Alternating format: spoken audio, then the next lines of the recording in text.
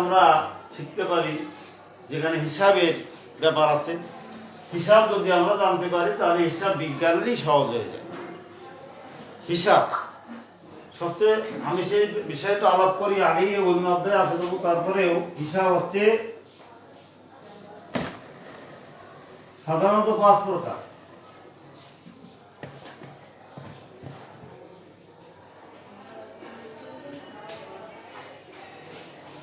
হিসাব 5 প্রকার। বিষয়টা হচ্ছে এই যে রেয়ামিলের দুটো দিক থাকে, একটা হচ্ছে ডেবিট দিক আর একটা হচ্ছে ক্রেডিট দিক। আমরা যখন দুতরফা দাখিলা পদ্ধতি অনুসারে লেনদেনকে একটা হিসাবকে ডেবিট করি আর একটা হিসাবকে ক্রেডিট করি এবং সম পরিমাণ টাকায়, যেমন ক্রয় 2000 টাকা, ক্রয় হিসাব ডেবিট, নগদান হিসাব ক্রেডিট।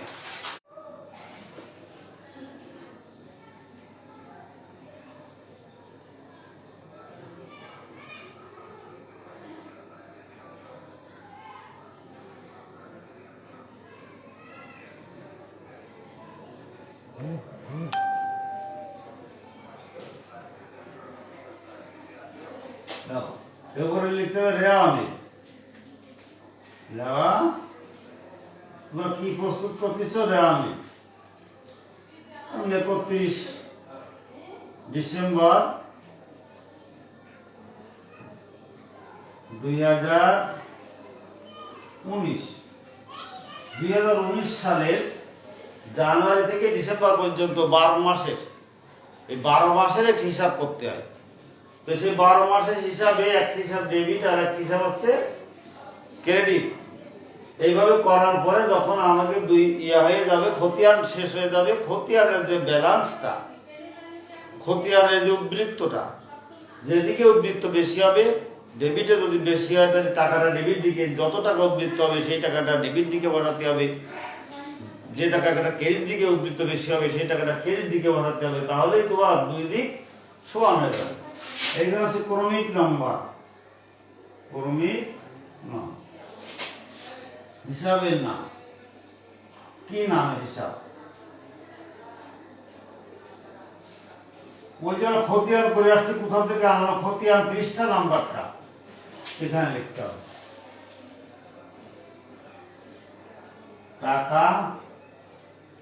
টাকা এই ডেবিট, অথবা এবার ডেবিট টাকা ক্রেডিট টাকাও লেখা যায়।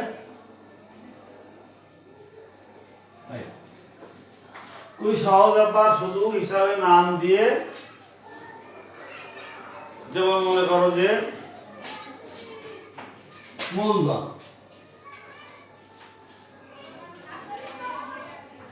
এই মূলধন হচ্ছে মালিকের, ব্যবসায় দেওয়া মালিকের যে টাকা মালিক ইনভেস্ট করে সেটা, এটা ব্যবসায়ের কাছে মালিক এবং ব্যবসায় দুটো পৃথক সত্তা। এখানে মালিক আলাদা, ব্যবসা প্রতিষ্ঠান আলাদা। তো মালিকের কাছ থেকে ব্যবসা প্রতিষ্ঠান কি করে? মূলধন নেয় ধার হিসাবে। দায় দুই করে ধরা হয়। এখানে মালিকের কাছে দায় আর বাইরের কাছে দায়, তাদেরকে বলা হয় পাওনাদার, ঋণ, এইসব নামগুলো। কিন্তু মালিকের কাছ থেকে যে ঋণটা নেওয়া হয় সেই ঋণটাকে বলা হয় হচ্ছে মূলধন। সেই মূলধন তাহলে ক্রেডিট, দায়, যাবতীয় দায় ক্রেডিট। এই যে সম্পদ, দায়,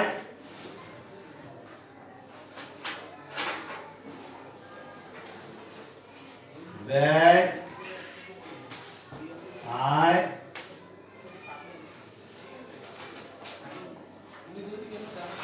মালিকানা সত্ত্ব। এই যে মালিকানা সত্ত্ব একটা দায়, আর এই একটা বাইরের দায়।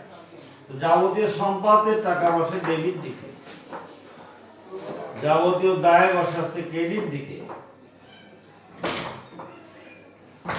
যাবতীয় ব্যয় বসে ডেবিট দিকে,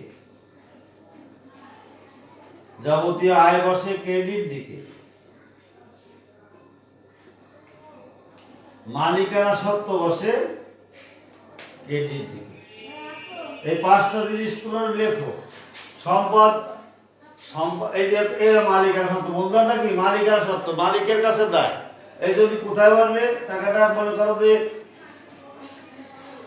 1.5 লক্ষ টাকা, 1.5 লক্ষ টাকা যদি হয়, সরি এখানে কোন নম্বর ঘরে, সরি সরি সরি সরি মূলধন আমি মূলধন হিসাবে নামের ঘরে লিখতে হবে, আমি সরি এটা মূলধন মূলধন, এটা আমরা টাকাটা কোথায় দেবো, ক্রেডিট দিকে। কত টাকা আমি বললাম 1.5 লক্ষ টাকা।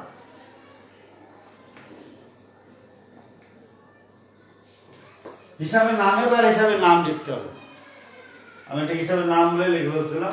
সিরিয়াল নাম্বার 1 মূলধন, খতিয়ান পৃষ্ঠা যদি ওকে দেওয়া থাকে তাহলে দেবো যে এত খতিয়ান পৃষ্ঠা, সেই পৃষ্ঠা নাম্বার দেবো। আমাকে দেওয়া না থাকলে তোমার দিতে হবে না। তাহলে এখানে আমার টাকাটা চলে যাবে এই দেখো ক্রেডিট দিকে, কারণ মূলধনের ব্যালেন্সটা ক্রেডিট দিকেই হবে।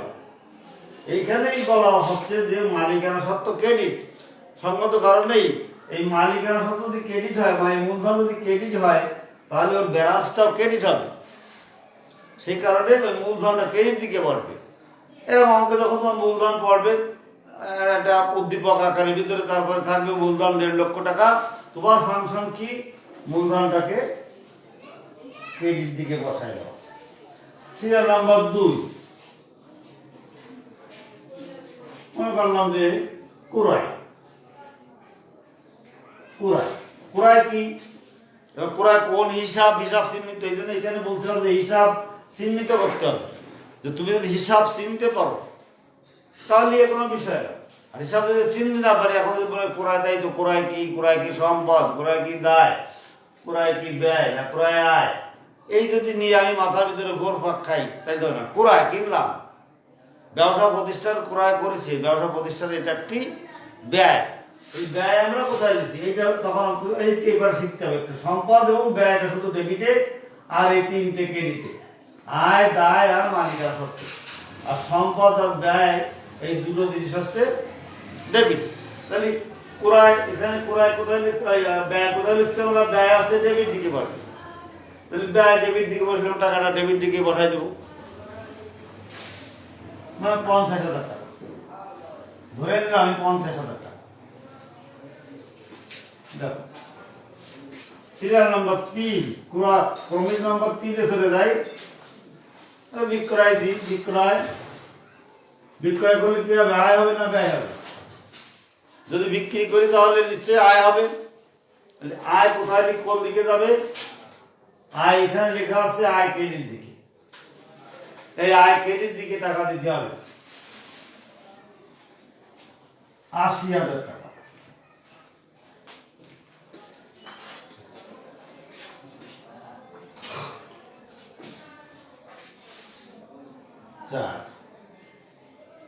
নগদ উদ্বৃত্ত, নগদ তহবিল,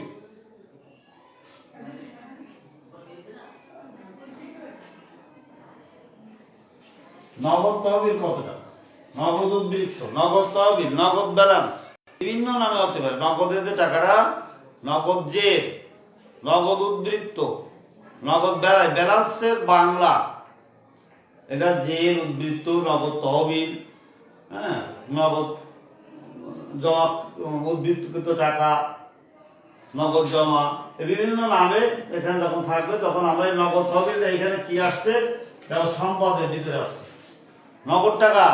নগদ ব্যবসায় নগদ টাকা আছে, এর নগদ টাকা আছে, ব্যবসায়ের কাছে কি ওটা, ওটা কি দে না, না ওটা কি কোনো আয়, না ওটা কোনো ব্যয়, না মালিকানা সত্ত্ব তো নাই, মালিকানা সত্ত্বে এই মূলধন। মালিক ব্যবসায় যখন কোনো কিছু দেয় তখন সেটা মূলধন নামে পরিচিত।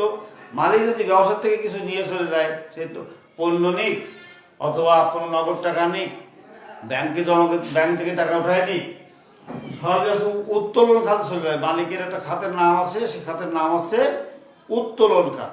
তো এইটা যখন ক্রেডিট হবে, মালিকের উত্তোলন খাত তখন ডেবিট হয়ে যাবে, মালিকের উত্তোলন তখন ডেবিট হয়ে যাবে। এই দুটো জিনিস মনে রাখতে হবে যে মালিক যখন ব্যবসায় দেবে তখন এটাকে অনেকেই ভুল করে, এটাকে মূলধনটাকে সাধারণত মনে করে কি সম্পদ।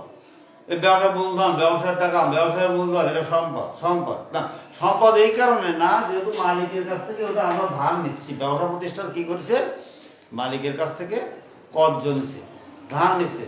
এই কারণেই এটা সবসময় মূলধনটা সবসময় মালিকানা সত্ত্ব হিসাবে ক্রেডিট দিকে দেখাতে হবে, নগদ হবে। 5,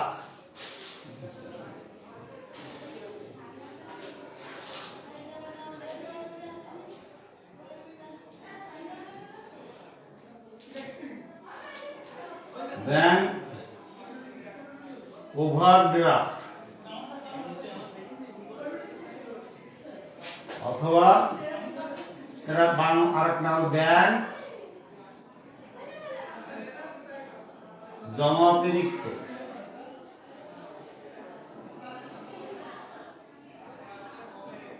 ব্যাংকে জমা অতিরিক্ত বা ব্যাংক জমা অতিরিক্ত উত্তোলন, ব্যাংক থেকে কিছু ওভারড্রাফট অতিরিক্ত উত্তোলন করা হয়েছে ব্যাংকের থেকে, তাহলে কি ব্যাংক পাবে, ব্যাংক সেটা পাবে। ব্যাংকের কাছে ব্যবসা প্রতিষ্ঠান দায়বদ্ধ, তাহলে এটা কোথায় গেল, দায়িত্ব চলে গেছে।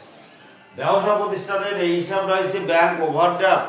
যদি বলো ব্যাংক উদ্বৃত্ত, ব্যাংক জমার উদ্বৃত্ত, তখন সেটা হয়তো কিন্তু ডেবিট, সম্পদ, জমা আছে ব্যাংকে, উদ্বৃত্ত আছে ব্যাংকে এত টাকা, সেটা কিন্তু সম্পদ। কিন্তু এখানে ওভারড্রাফট বা ব্যাংক জমা অতিরিক্ত, জমা অতিরিক্ত মানে কি, জমার অতিরিক্ত, আলাদা করেও দিতে পারে শব্দটা লিখে, ব্যাংক জমার অতিরিক্ত, ব্যাংক জমার অতিরিক্ত উত্তোলন। বিভিন্ন নাম হয়, এক একটা হিসাবে একটু আলাদা আলাদা নাম হয়, নামগুলো করতে করতে করতে করতে তোমরা জেনে যাওয়া, শিখে যাবো। কিন্তু মিনিং, অর্থগত মিনিংটা বুঝলেই বোঝা যাবে যে বিষয়টা কি। তো ব্যাংক ওভারড্রাফট নিঃসন্দেহে এটা দায়, দেনা, দেনাটা কোথায় যাবে, ক্রেডিট দিকে যাবে। 60,000 টাকা ধরে নিলাম, এটা 60,000 টাকা।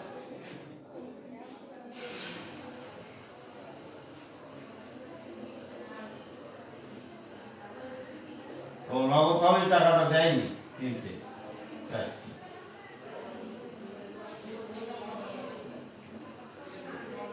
ডেবিট দিকে, সম্পদ ডেবিট দিকে টাকাটা দেওয়া হয়নি, 60,000 টাকা। কয়টা, 5টা, এখানে হয়েছিল 5টা, একটা, এই যে অবলিক দিয়েছিল এটা একটা, 5 নম্বর পর্যন্ত, ওই আমার টাকা 5টা, নগদ তহবিলে টাকাটা বসানো হয়েছিল না। আর এটা আমরা তো সাধারণ ধারণা করে টাকা বসাচ্ছি, এবার এদের অঙ্কে দেওয়া থাকবে, সেই টাকাটা আমরা নিয়ে ওখানে বসাই দেবো। 6, দেনাদার।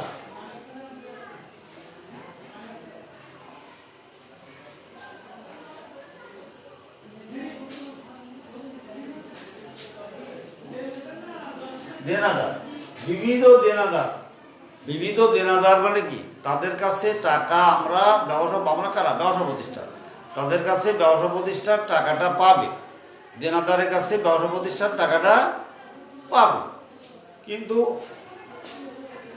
এই এখন দেয়নি, টাকাটা পাবে, এটা ব্যবসা প্রতিষ্ঠানের প্রাপ্যটা, এটা ব্যবসা প্রতিষ্ঠানের কাছে একটি সম্পদ, সম্পদ ছড়ে, এটা তো দেনা না। ব্যবসা প্রতিষ্ঠান টাকা পাবে, তাহলে ব্যবসা প্রতিষ্ঠানের দেনা কিসের, ব্যবসা প্রতিষ্ঠানের ব্যয় বা কিসের, আয়ও না। টাকা পাইলে যে আয় হয় তা না, আয়ের একটা খাত আছে, ভিন্ন আয়ের খাত আছে। যেমন এই বিক্রয় করেছে, একটা আয় হয়েছে, কমিশন প্রাপ্তি একটা আয় হবে, সুদ প্রাপ্তি একটা আয় হবে, প্রাপ্তিগুলো, বার্তা প্রাপ্তি একটা আয় হবে, এগুলো হচ্ছে আয়। তো এখানে বিক্রয়টা একটি আয়। এখানে দেনাদার হচ্ছে সম্পদ, সম্পদ কি লেখা আছে, ডেবিট দিকে টাকা পড়বে। এই 5টা জিনিস খেয়াল করতে, এই 5টা জিনিস ভালো করে মনে রাখবে, সম্পদ এবং ব্যয়, দায়, আয় আর মালিকানা সত্ত্ব, 3টা জিনিস হচ্ছে ক্রেডিট, আর এই 2টো জিনিস হচ্ছে ডেবিট। দেনাদার সম্পদ, সম্পদ যখন চলে যায়, সম্পদে গেলে এখানে ডেবিট 1,20,000 টাকা, ধরে নিলাম 1,20,000 টাকা। এখন যদি বলি আমরা সাথে পাওনাদার,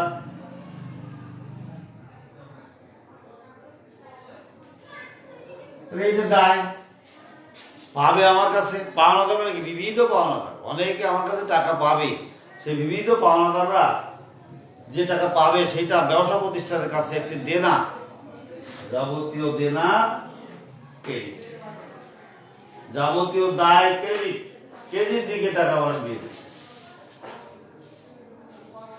90,000 টাকা।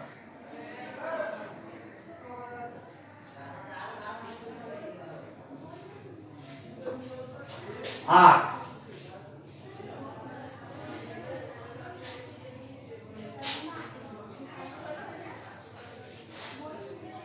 ব্যাংক ঋণ,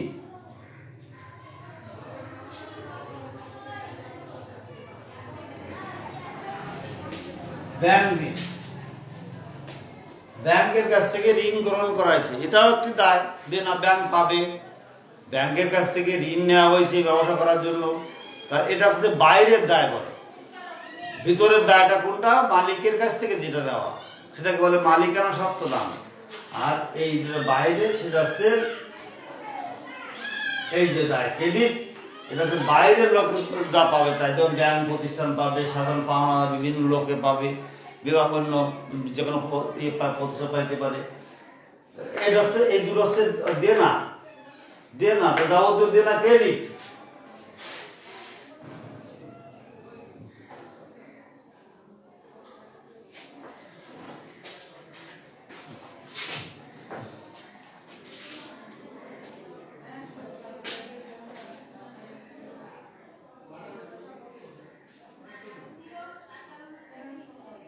কমিশন প্রাপ্তি, প্রাপ্তি মানে কি? পায়ে গেছি অলরেডি।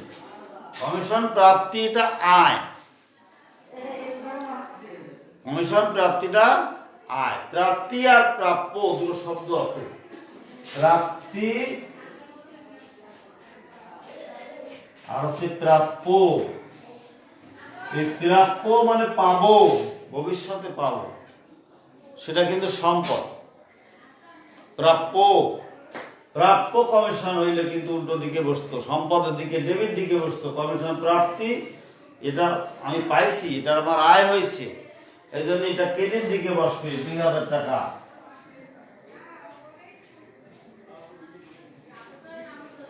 এই 2,000 টাকা।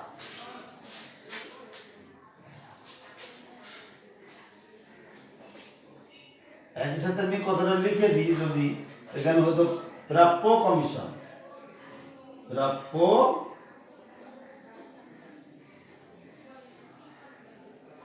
দেখো প্রাপ্য কমিশন যদি হতো তাহলে এখানে হতো ডেবিট দিকে। শব্দ দুটো দিকে খেয়াল করো, বা এই যে একটা হচ্ছে প্রাপ্তি আর একটা হচ্ছে প্রাপ্য। প্রাপ্য হইলে ডেবিট দিকে বাড়বে, প্রাপ্তি হইলে চলে গেছে সে ক্রেডিট দিকে, আয় হয়ে গেছে। আর এটা ভবিষ্যতে পাবো, আবার সম্পদের রূপ ধারণ করেছে, দেখা যাচ্ছে সম্পদ হিসাবে এটা ডেবিট আমার। তাহলে এইখানে এই হিসাবগুলোকে, এই যে হিসাব 5টা আমরা দেখালাম, এই 5 প্রকার হিসাবগুলোকে আমাকে যেমন চিহ্নিত করতে হবে। এই 5 প্রকার হিসাবের কোনটা কোন দিকে যায় এটা জানতে হবে। দুটো হিসাব যাবে হচ্ছে ডেবিট দিকে, একটা হচ্ছে সম্পদ আর একটা হচ্ছে ব্যয়। সম্পদ আর ব্যয়, যাবতীয় সম্পদ ডেবিট, যাবতীয় ব্যয় ডেবিট, আর যাবতীয় আয় দায় মালিকানা সত্ত্ব, মালিক যা পাবে মালিকানা সত্ত্ব, এই 3টে জিনিস যাবে হচ্ছে ক্রেডিট দিকে। এখন যদি বলি উত্তোলন,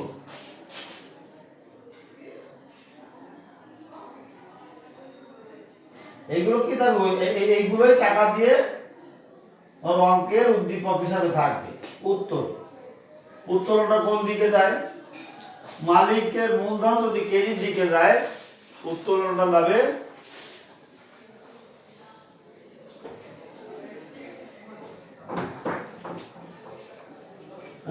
উল্টো দিকে যাবে। মানে ক্রেডিট দিকে গেছে, এখানে ডেবিট দিকে যাবে। ডেবিট দিকে উত্তোলন 10,000 টাকা। খেয়াল করতে, মালিক যখনই ব্যবসায় দিবে তখন সেটা হচ্ছে মূলধন। মালিক যখন উঠে নিয়ে চলে যাবে তখন সেটা মালিকের উত্তোলন খাতে চলে যাবে। মালিকের সে খাতটার নাম হবে কি? উত্তোলন খাত। তাহলে ওটা যদি ক্রেডিট হয়, মালিক যখন উঠে নেবে সেটা তো ক্রেডিট করতে পারে না, সেটা উল্টোর দিকে চলে যাবে। আমরা বিয়োগ দিয়ে দেবো, যে বলবো যে আপনি 1.5 লক্ষ টাকা দিয়েছিলেন, 10,000 টাকাও আপনি উঠে নিয়ে গেছেন, বা পণ্য উঠে নিয়েছেন, যাই উঠে নিক, টাকার পরিমাপের মানে মূল্যে পরিমাপ করা যায় এমন কোনো দ্রব্য যদি তিনি নিয়ে যান ব্যবসা থেকে, তাহলে সেটা হবে তার উত্তোলন খাত। 12 বিজ্ঞাপন।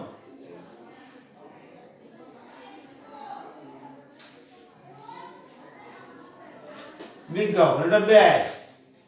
ব্যবসা করতে যে ব্যবসা করা হয় সেই ব্যবসার জন্য বিজ্ঞাপন দেওয়া হয়েছে, টেলিভিশনে, রেডিও হোক, পত্রিকায় হোক, যে কোনো জায়গায় বিজ্ঞাপন দেওয়া হয়েছে এই পণ্যটা পাওয়া যায়। হীরা ডিলাক্স ফ্যান, তাহলে ফ্যানের বিজ্ঞাপন দেওয়া হলো যে হীরা ডিলাক্স ফ্যান, তাহলে হীরা ডিলাক্স কোম্পানি সেটা ব্যয় না? বিজ্ঞাপন দিলে বিজ্ঞাপন যাদের মাধ্যমে বিজ্ঞাপন দেওয়া হবে তাদেরকে টাকা দিতে হবে না? সেটা হচ্ছে প্রতিষ্ঠানের একটি ব্যয়। তাহলে এখানে আমি কি বলছি, ব্যয় কোথায়? যাবতীয় ব্যয় হচ্ছে ডেবিট দিকে। এই পাঁচটা যদি ভালো করে খেয়াল করো, যাবতীয় ব্যয় হচ্ছে ডেবিট দিকে, এই টাকাটা বলবে ডেবিট দিকে 20,000 টাকা।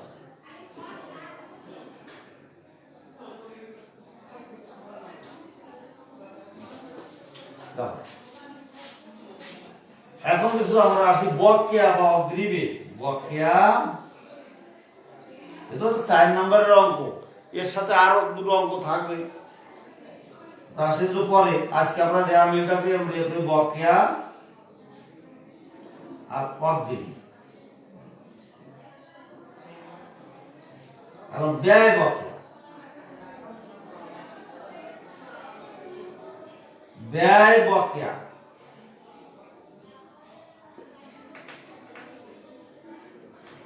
ব্যয় যদি বাকি থাকে তাহলে আমার দেনায় রূপ নিচ্ছে। যেমন বেতন বকেয়া, বেতন কর্মচারীকে বেতন দেওয়া হয় নাই, কর্মচারীর বেতন দেওয়া এখনো হয় নাই, বাকি আছে। তাহলে ব্যবসা প্রতিষ্ঠানের কাছে এটা কি? ব্যয়টা এখনো বাকি আছে, তাহলে দেনা আছে। ব্যবসা প্রতিষ্ঠান কার কাছে দেনা আছে? যারা কর্মচারী তাদের কাছে দেনা আছে, বেতন দেওয়া হয়নি এখনো। তাহলে ব্যয় বকেয়া এটা দায়, ব্যয় বকেয়া আছে দায়। ব্যয় অগ্রিম,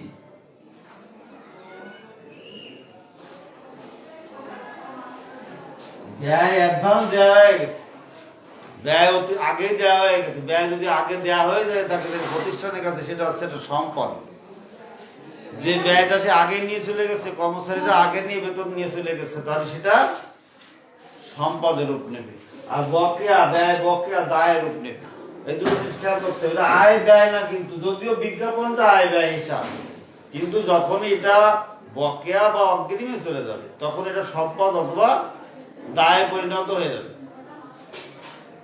তাহলে বিজ্ঞাপন যেখানে বলি আমরা যে অগ্রিম বিজ্ঞাপন বা বিজ্ঞাপন অগ্রিম,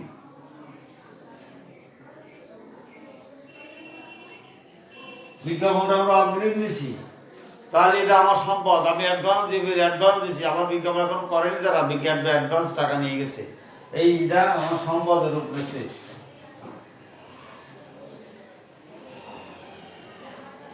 পুরো আলাদা টাকা।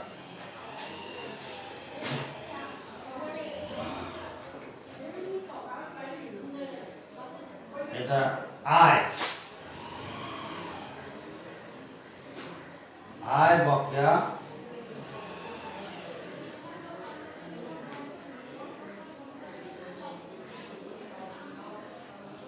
আমার আয়, কিন্তু এখন আমাকে ব্যবসা প্রতিষ্ঠানের আয় কিন্তু এখনো দেয়নি। আয় বকেয়াটা সম্পদ, আয় বকেয়া উল্টো, আয় বকেয়া সম্পদ, আর আয় অগ্রিম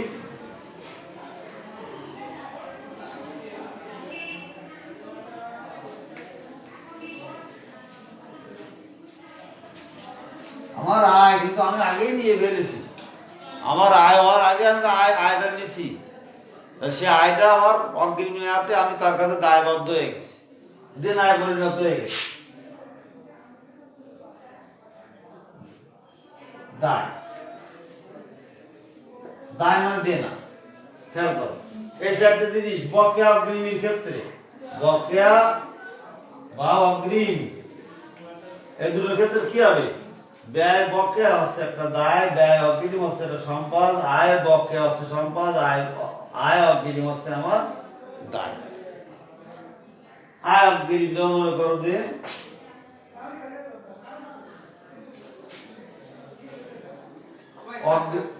অগ্রিম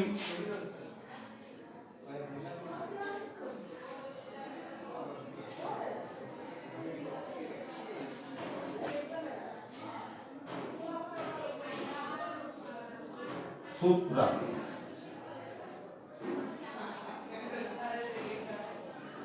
আমি সুদটা এই আয়টা সুদ প্রাপ্ত একটা আয়, এটা আমি অগ্রিম নিয়ে নিচ্ছি। সুদ যখন আমি অগ্রিম নিয়ে নেব তখন এটা আমার কি হয়েছে? আয় অগ্রিম। আয় এটা হচ্ছে একটা আয়, এটাকে অগ্রিম হয়েছে, এটা আমাদের দায় পরিণত হয়ে গেছে, দেনায় পরিণত হয়ে গেছে। দায় হচ্ছে কোথায় বলবে? এখানে দেখতে হবে দায় কোথায় যায়? ক্রেডিট দিকে। ক্রেডিট দিকে 25,000 টাকা। আমি টাকাটা ধারণা করে বসালাম সব 25,000 টাকা।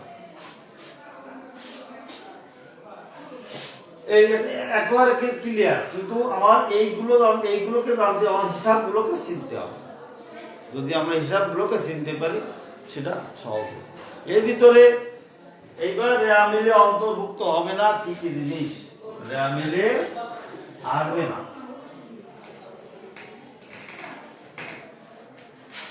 রেয়া মিলে অন্তর্ভুক্ত হয় না সাধারণত সমাপনী মজুদ।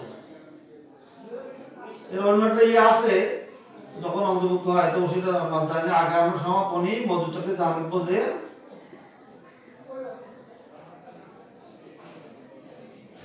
রেয়া মিলে অন্তর্ভুক্ত হয় না। এটা কি? রেয়া মিলে আসে না। প্রশ্ন করতে পারে 2 মার্কের, রেয়া মিলে আসে না। সমাপনী মজুদ পণ্য, প্রারম্ভিক কোন সম্পদ, যেমন মনে করো যে নগদ তহবিল,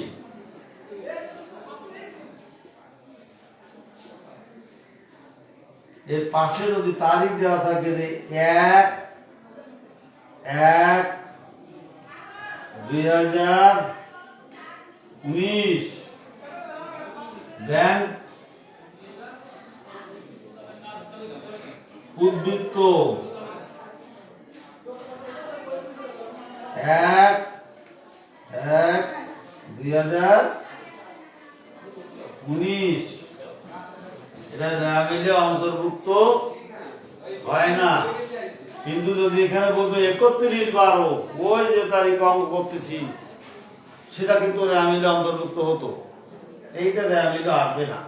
এই জিনিস খেয়াল রাখতে, সম্পদ 1 তারিখের কোন সম্পদ বা দায়, যে কোনো জিনিস, ওভারড্রাফট, ব্যাক ওভারড্রাফট 1 তারিখের একটা ব্যালেন্স আইছে, ওটা আসবে না, ওটা রেয়া মিলে অন্তর্ভুক্ত হবে না। এই জিনিসগুলো রেয়া মিলে অন্তর্ভুক্ত হয় না।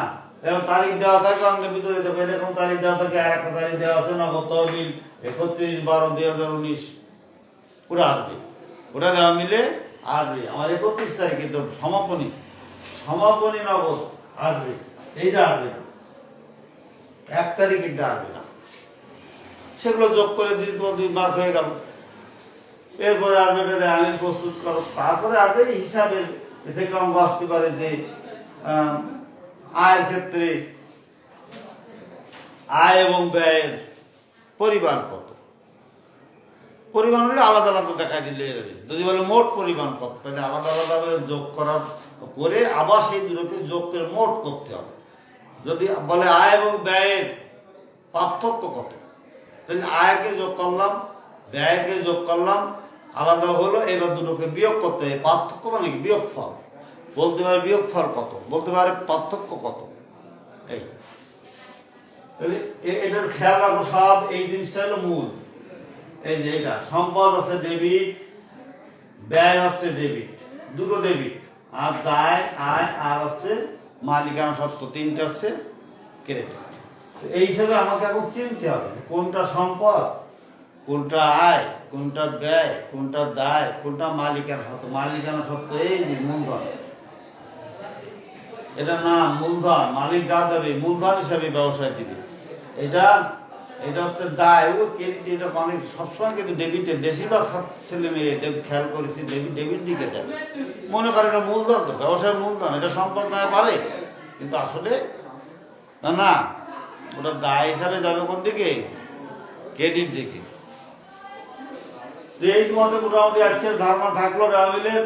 রেওয়ামিল সহজ, 10 মার্ক পাওয়া খুবই সহজ। এরা হয়তো রেওয়ামিলে অন্তর্ভুক্ত হবে না কি, অথবা অন্য ছোটখাটো কেউ দিতে পারে যে নিট দিনাদারের পরিমাণ কত, নিট হ্যাঁ পাওনাদের পরিমাণ কত, এরকম ছোটখাটো জিনিস থাকতে পারে। নিট ক্রয়ের পরিমাণ কত, 2 মার্কের। এই যা কত এর ভিতরেই আছে। ক্রয় ফেরত থাকে, যদি ক্রয় ফেরতটা বাদ দিলে এরকম হয়ে গেল ক্রয়, নিট ক্রয়। এগুলো তোমাদের দেখো আজকে থাকলো। এইগুলো এই 5টা যদি ভালো করে লিখে নাও।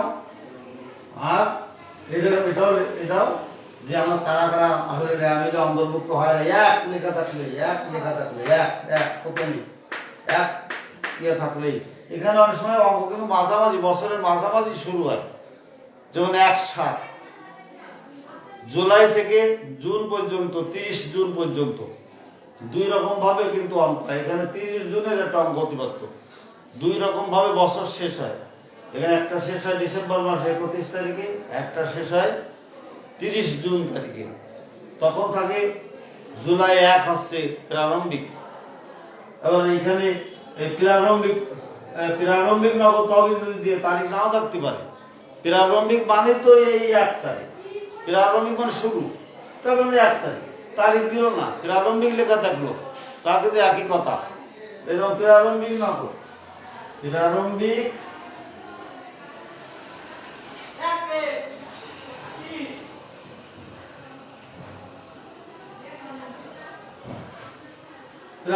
নগদ তহবিল। এই প্রারম্ভিক নগদ তহবিল মানে তারিখ দিল না, কিন্তু আমরা এটাকে কিন্তু তারিখে পরিণত হয়ে গেছে, 1 তারিখে পরিণত হয়ে গেছে। প্রারম্ভিক মানে শুরুর তারিখ, একই কথা। প্রারম্ভিক থাকলে তারিখ না দিলেও ওই একই হবে, রেওয়ামিলে আসবে না, এটাও রেওয়ামিলে আসবে না। যদি বলতো সমাপনী নগদ তহবিল, সমাপনী বছর শেষে, তাহলে রেওয়ামিলে অন্তর্ভুক্ত হবে। তো এই পর্যন্ত আজকে তোমাদের রেওয়ামিলের একটা ক্লাস করলাম। এটা মোটামুটি হয়তো আশা করি বুঝতে পারছো।